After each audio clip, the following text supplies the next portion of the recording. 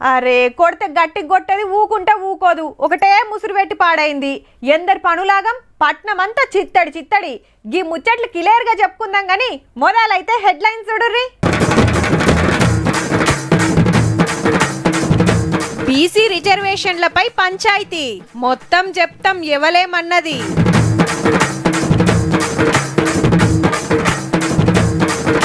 ఇటు రామన్న అటు కవితక్క రేపటి మీటింగ్లకు ఉన్నదో లెక్క.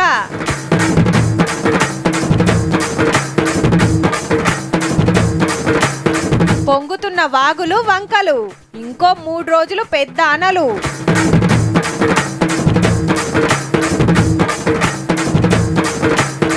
ఇందిరమ్మన్ దాటేసిన మోడీ ఏలువడిలో ఉందా మరి రువ్వడి.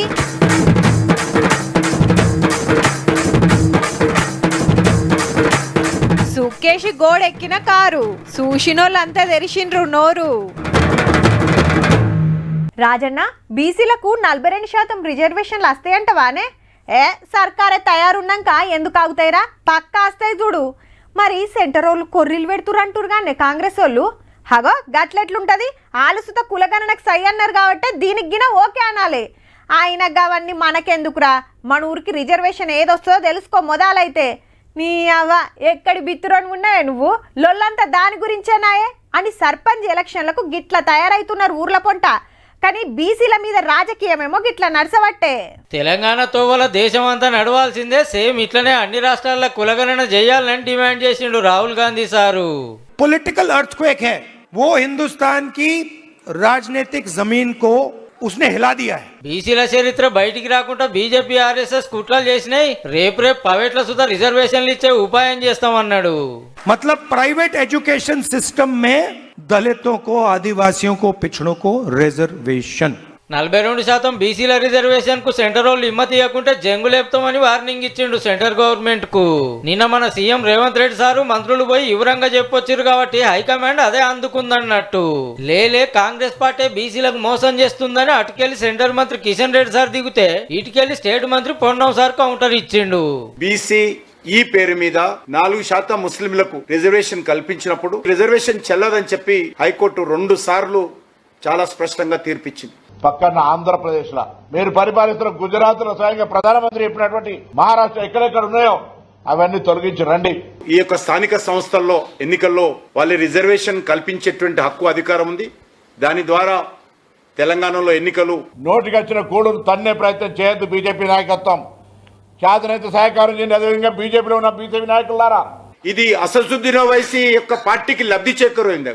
లేకపోతే కాంగ్రెస్ పార్టీలో ఉన్నటువంటి షబ్బీర్ అలీలో అజారుద్దీన్ లాంటి నాయకులకు రిజర్వేషన్ కల్పించే విధంగా ఈ యొక్క 42% రిజర్వేషన్ తీసుకొచ్చారు. భారతీయ జనతా పార్టీ తెలంగాణలో బతకాలంటే ఓవైసీ పేరు నామజపనం వీళ్ళు చేస్తారు, వాళ్ళు వీళ్ళ జపం చేసుకుంటారు. అసలు మాకు సంబంధం లేదు. ఒక్క రాహుల్ గాంధీ కాదు, 1000 మంది రాహుల్ గాంధీలు వచ్చినా, 1000 మంది రేవంత్ రెడ్డిలు వచ్చినా ఈ 3 రాష్ట్రాలలో కాంగ్రెస్ పార్టీ ఊడిపోవడం ఖాయమని. అసలు మీరు గెలిచే ఆలోచన కూడా లేదు కదా, మీరు కనీసం ఊపిరెక్కడ అవకాశమే లేదు కదా.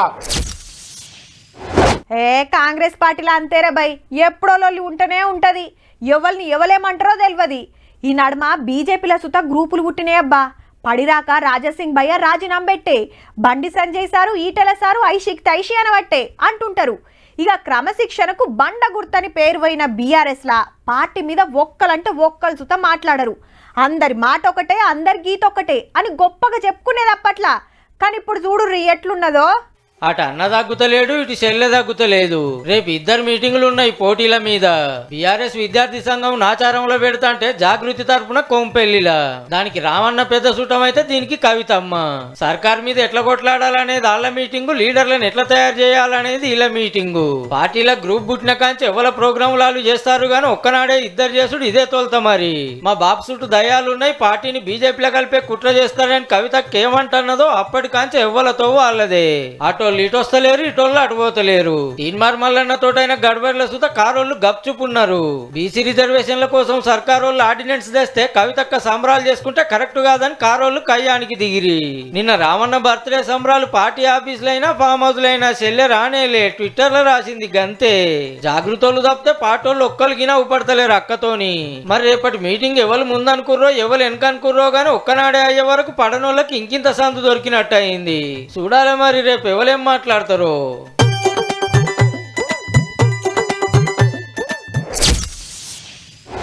అచ్చుడు ఆలస్యం కావచ్చు కానీ అచ్చుడు మాత్రం పక్క. నేను టైము నమ్మను, నా టైమింగ్ నమ్ముతా అన్నట్టే ఉందబ్బానా. పత్తాకు లేదు, పత్తాలకు రాకుంటే వ్యవసాయం ఎట్లా నడుస్తుందని నారాజులున్న రైతులను రప్పునొచ్చి వల్కరించింది. 3-4 రోజుల సంధి షెర్లు కుంటలు నింపుతాంది మంచిగా. ఉత్తర తెలంగాణలో అయితే సరిపోను కొడుతుంది. జరా దక్షిణం మీద గిట్ల వడేనా అంటే రైతులకు రంది తీరినట్టేనుల్లా. 3 రోజులు ఆనల్ సంపుడు చంపే వరకు ఖమ్మంలా మున్నేరు వాగు గిట్లున్నది. భద్రాచలంలా గోదారమ్మ 22 అడుగుల మీద ఉరుకుతాంది. వైరా ప్రాజెక్టు నిండి అలుగుబోస్తే చేపల షికారికి దిగిన్రు మనోళ్ళంతా. ఆసిఫాబాద్ జిల్లా తుమ్మిడి ఎట్టికాడ ప్రాణహితకు వరద పెరిగి పుష్కర ఘాట్లు మునిగినాయి. కాగజ్ నగర్ లా వాగులు ఒర్రెల పొంట పోవద్దని డప్పు సాటింపేసిండ్రు. 3 రోజులు భారీ వర్షాలున్నాయి. ఎడ్లోనే కానీ గొడ్లోనే కానీ బండ్లోనే కానీ మేకలోనే కానీ జాగ్రత్తయో. దిందావాగు వంగి చుట్టుముట్టు ఊరోళ్ళు ఎటు ఓరాకుంటుంది. కూలికి పోయే 12 మంది చిక్కబడితే అడవిల 10 కిలోమీటర్లు తిరిగి ఇంటికి చేరుకున్నారు. మొత్తానికైతే 3 రోజుల నుండి కరెంటు లేకపోవడంతో సోలార్ ఉన్నటువంటి వాళ్ళ దగ్గర ఛార్జింగ్ పెట్టుకుంటే యువతలకి ఇన్ఫర్మేషన్ వచ్చేటువంటి అవకాశం ఉన్నది. నిర్మల్ జిల్లా బైన్సాల గాలి దుమారానికి చెట్లు కరెంటు పొల్లొరిగినాయి. మహిబాద్ జిల్లా గూడూర్ల భీముని జలపాతం బొంగుతుంటే డేంజర్ ఉన్నది, పబ్లిక్ రావద్దని బోర్డులు పెట్టిండ్రు గిట్లా. బయ్యారం పెద్ద చెరువు మత్తడి దుంకుతాంది. వాగులు జోరున్న కాడ బారికేట్లు అడ్డం పెట్టి కావలున్నారు పోలీసులు. ఆనెల్ చేవట్టికే సింగరేణిల బొగ్గు తోడుడు బంద్ అయింది. జూరాల, మూసి, కిన్నెరసాని, శ్రీశైలం గేట్లు తెరిచిండ్రు. మీరుకెళ్లి నీళ్లు వస్తుండే వరకు ఇయాల రేపట్ల నిండేటట్టుంది నాగార్జున సాగర్. రేపటెల్లుండి సుత గట్టానలే ఉన్నాయట. ఈ రోజు రేపు ముఖ్యంగా నార్త్ తెలంగాణలోని కొన్ని జిల్లాలకి మనం ఎల్లో వార్నింగ్ అంటే హెవీ రెయిన్ఫాల్ 7 to 12 సెంటీమీటర్స్ పడే అవకాశం ఉందని. ఇక హైదరాబాద్ లో చూస్తే పొద్దాక మబ్బే, నడిమిట్ల అప్పుడో డల్లు ఇప్పుడో డల్లు పడ్డది. చీకటైనాక గట్టిగానే పడే వరకు మళ్ళా గవ్వే ట్రాఫిక్ జామ్, ఇంటికి పోవుడు ఆల్చమవ్వడు. 4-5 రోజుల కాంచెల్లి ఆనల్ వడుడు తోటి హుస్సేన్ సాగర్ నిండుతాంది. తూములు తెరిచి నీళ్లు కిందికిడుస్తున్నారు.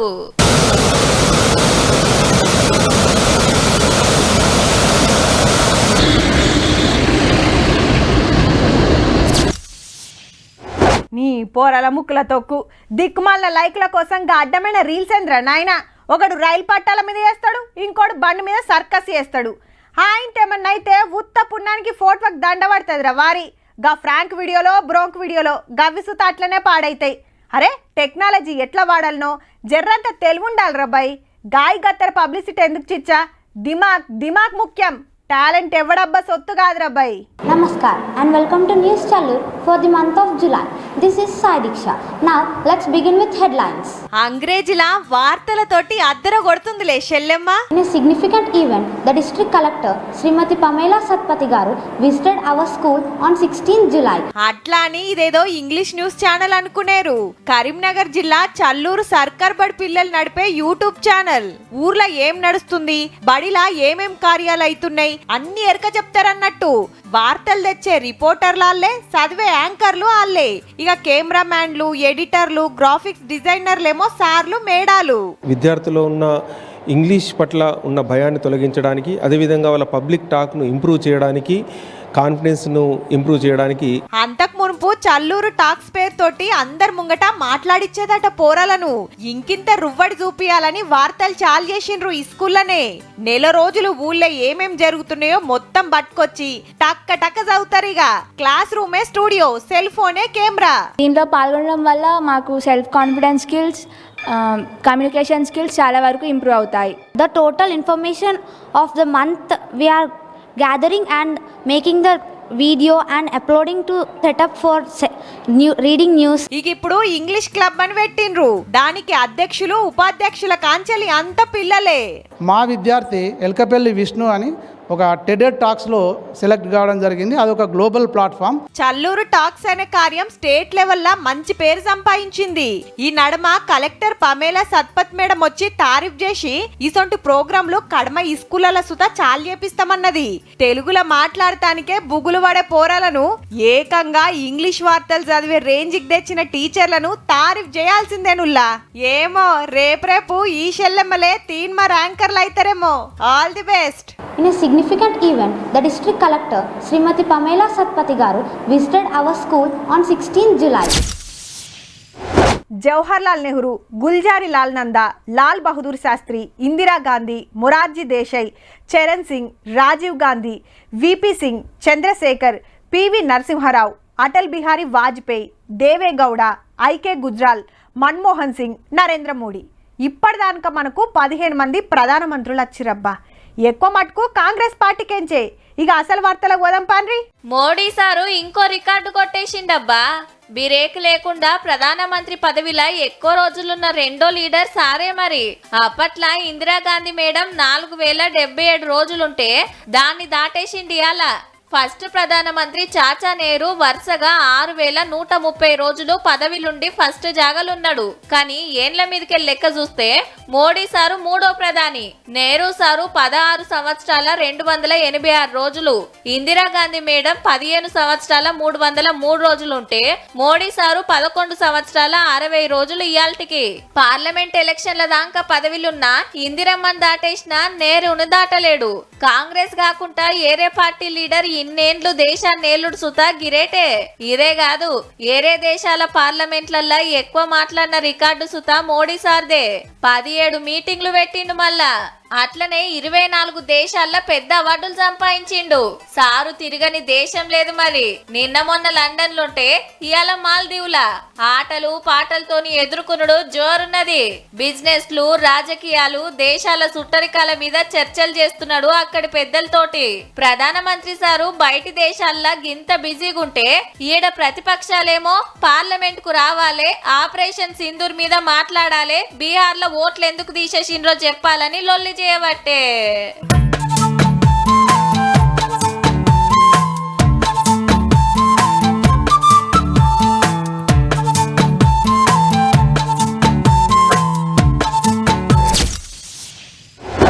పైసా పోతావాయి గాని మళ్ళా కడతామా? స్టీల్ మంచిది పట్టుకరా. సిమ్టీ పలానా కంపిందేదే.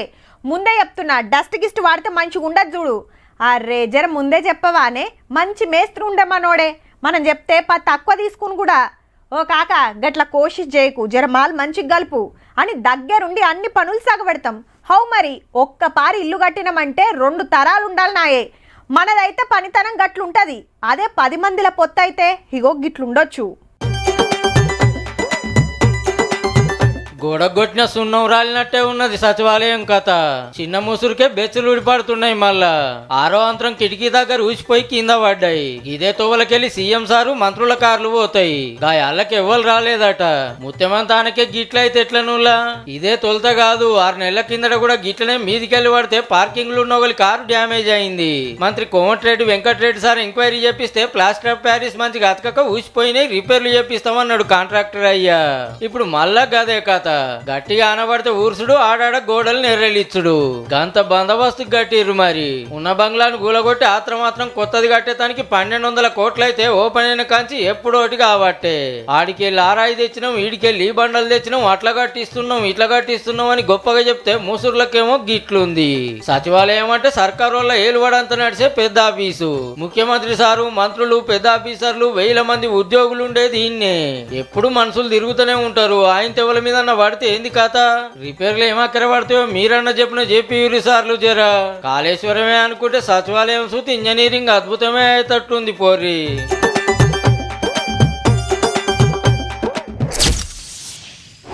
అబ్బా వార్తలు టక్క టక్క చెప్పి మెట్రోకు పోతానుల్లా. ఈ బస్సులో పోవాలంటే మస్తు తిప్పలైతుంది. రోడ్లన్నీ చిత్తడి బస్టాండ్ల కాడ బగ్గా మంది ఉన్నారు. ఈ ట్రాఫిక్లో పోయే వరకు అద్దమ్మ రాత్రి కాబట్టే.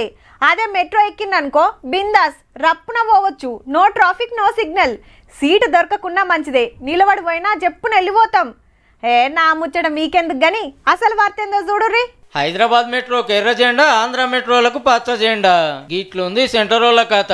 మన సిటీలో కొత్త రూట్ల పట్టాలు వరుస్తామంటే పర్మిషన్ ఇస్తలేరు కానీ విజయవాడ విశాఖపట్నానికి టెండర్లు ఫైనల్ అయినాయి. తొలుత 21,000 కోట్ల పనులు చేస్తుంటే సగం బడ సెంటరోళ్ళే పెట్టుకుంటారు.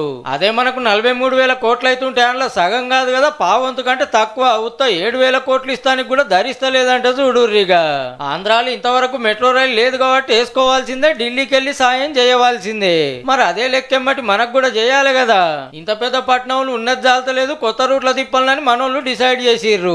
మియాపూర్కి వెళ్ళి పటాన్చెరు, నాగోల్ నుంచి శంషాబాద్ ఎయిర్పోర్టు, రాయదుర్గం కాంచి కోకాపేట, గాంధీ బస్ స్టాండ్కి వెళ్ళి చాంద్రాయణగుట్ట, ఎల్బీ నగర్ నుంచి హయత్ నగర్ మొత్తం 76 కిలోమీటర్లు.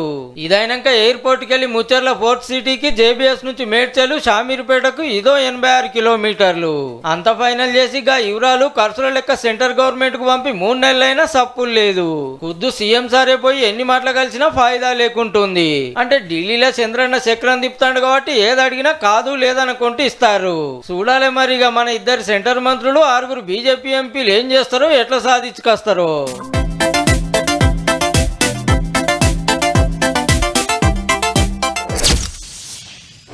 అరే ముగ్గురు చందాలు వసూలు చేసుడు చూసుకోర్రి.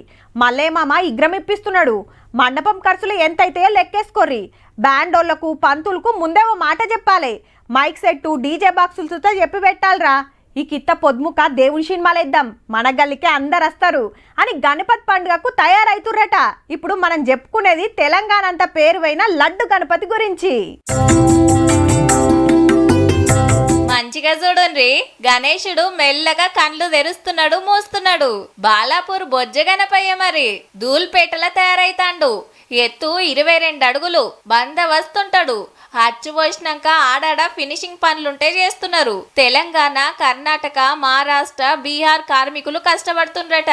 ఓ మిషన్ పెట్టి కండ్లు మూసి తెరిచేటట్టు సెట్టింగ్ చేస్తున్నారు. ఇట్లా 30 సంవత్సరం నుంచి మన దగ్గరతో తీసుకుపోతున్నాము. ఒక విగ్రహకి ఆల్మోస్ట్ 15-18 డేస్ పడుతుంది. తతిమ పనులు సుతా జప్పు నొడిపించి రంగులద్దితే పండుగకు ఆరం ముందే బాలాపూర్ పోతాడట గణేశుడు.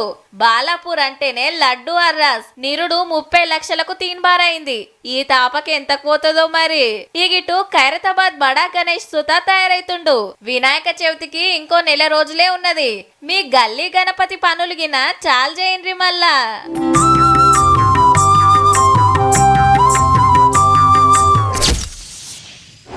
అద్భుతం జరిగేటప్పుడు ఎవ్వరు గుర్తించరు, జరిగినాక గుర్తించాల్సిన అవసరం లేదు అని ఓ సినిమాల డైలాగ్. హౌ కొన్ని అద్భుతాలు అట్లనే ఉంటాయి. కండ్ల ముంగట కనబడుతున్నా ఇది నిజమా అని నోరు తెరుస్తాం. గసొంటిదే ఇప్పుడు మీకోటి చూపిస్తాం. గ్రాఫిక్ కాదు, ఏ టెక్నాలజీ మాయ అసలే కాదు, రియల్ వీడియో. కార్ను చూస్తుంటే కండ్లు మిట్కరిస్తుండ్రులే. మీరు దూరంకెళ్ళి చూసినా దగ్గరికి పోయి చూసినా కారు ఉన్నది బరాబర్ గోడ మీదనే. ఇదెక్కడి కథరో, ఇంటి ముంగట పార్కింగ్ చేస్తారు గాని గోడ మీద చేసుడేంది, మీరుకి ఎట్లెక్కింది అని పరిశాన్ అవుతుండ్రులే. దించేతానికి పెద్ద క్రేన్ వచ్చింది గాని ఎక్కించేతానికి ఏ మాస్టం పడలే. డ్రైవర్ అన్న ఫుల్లుగా పోత పోసిండట. ఇక తొక్కుడు దొక్కితే డివైడర్ కు దాకి విమానం లెక్క గాల్లో ఎగిరి గోడ మీద కూసుంది. జర్రంతా అటు ఇటు అయినా కిందవాడు పైలంగా పార్కింగ్ చేసినట్టే ఆగింది కదా. మేడ్చల్ జిల్లా దుండిగల్ షంబీపూర్లా అర్ధమరాత్రి గిట్ల జరిగి అందులున్న 2కి దెబ్బలు దాకి దవాఖాన్ల పడ్డారు. గోడెక్కిన కార్ను చూసి ఇంటోళ్ళు పరిశాన్ అయ్యి ఎమటే పోలీసులకు ఫోన్ కొడితే వచ్చి కిందికి దింపిండ్రిగా. గిట్ల మందు దాగి ఆగమాగం చేస్తుండ్రనే ఈ నడుమ పొద్దున్న దాకా సుతా పైపులో ఊదిస్తాండ్రు. దినం 40-50 మంది దొరుకుతాండ్రట. రాత్రి పూట టెస్ట్ చేస్తారని పగటి పూట సుక్కేస్తే ఆయనత బుక్ అయితే సుక్క లగువడు పక్క. Anywhere any time lightning drunk and time. ఏ ముచ్చటెట్లున్నా కారు గోడెక్కుడే గమ్మతున్నది కదా. చూసిండ్రు కదా. ఇక ఇవ్వుల్లా ఇయాల్టి తీన్మార్ ముచ్చట్లు ఉంటామల్లా. నమస్తే.